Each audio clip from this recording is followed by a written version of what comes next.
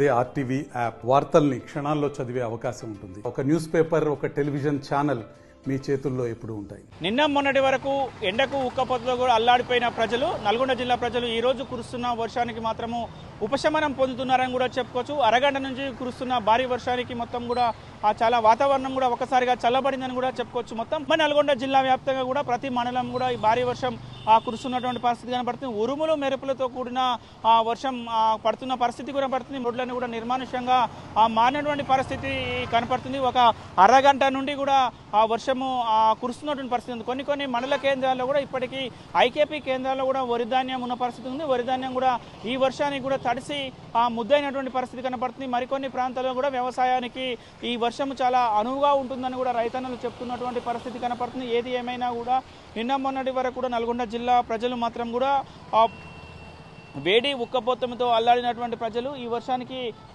చాలా వరకు ఉపశమనం పొందుతున్నారని కూడా చెప్పుకోవచ్చు. చాలా వరకు ఆహ్లాదకరంగా వాతావరణం ఆహ్లాదకరంగా మారినటువంటి పరిస్థితి కనపడుతుంది.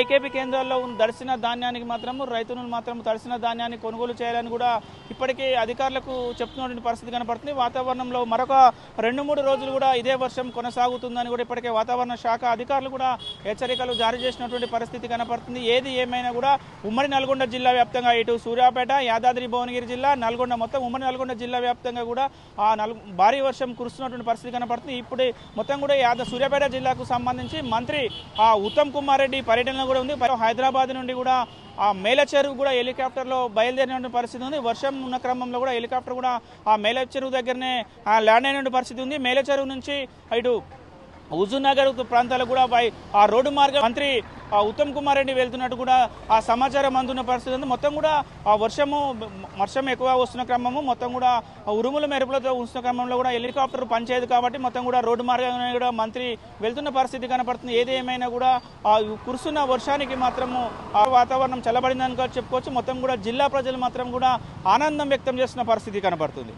వీడియో జర్నలిస్ట్ కృష్ణతో అచ్యుత్, ఆర్టీవీ నల్గొండ. మరిన్ని వీడియోస్ కోసం ఛానల్ ని సబ్స్క్రైబ్ చేయండి. లేటెస్ట్ అప్డేట్స్ కోసం వాట్సాప్ ఛానల్ ని ఫాలో చేయండి. అండ్ లింక్ డిస్క్రిప్షన్ లో ఉంది.